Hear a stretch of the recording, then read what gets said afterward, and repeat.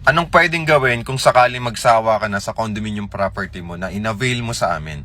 So number one, in case na magsawa ka, pwede kang magpa-Airbnb rental business dito sa unit mo. So walang problema yon kasi rental ready naman na yung ating mga units at ready for occupancy na siya.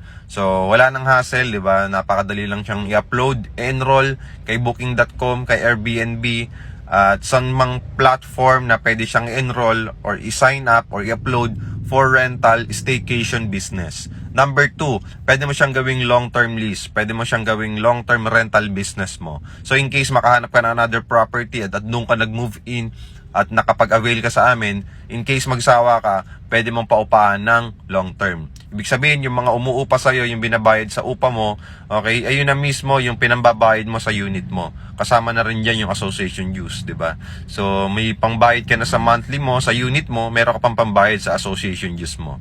So, ibig sabihin, self-liquidated na po yung unit ninyo, hindi na kayo naglalabas ng pera galing sa bulsa ninyo. So, galing na sa rental property business po ninyo. Okay? So, pangatlo, pwede nyo po siyang ipasalo. Meron lang siyang fee na 50,000 pesos sa sasalo. Okay? So, depende sa usapan nyo kung sino mag-shoulder ng 50,000 pesos ng pasalo fee. Okay? Kami na rin po ang bahala mag-process nun in case na merong sasalo ng unit ninyo.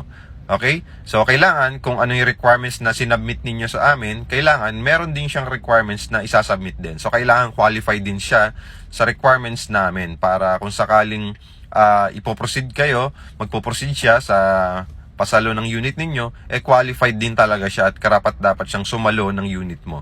Kasi hindi naman pwedeng basta salo lang. Kailangan talaga, merong requirements at qualified at fit yung gross monthly income niya or basic income requirement niya sa pagkuha ng condominium unit. At least ma-assure natin na yung sumalo ng unit mo, kayang bayaran yung unit mo.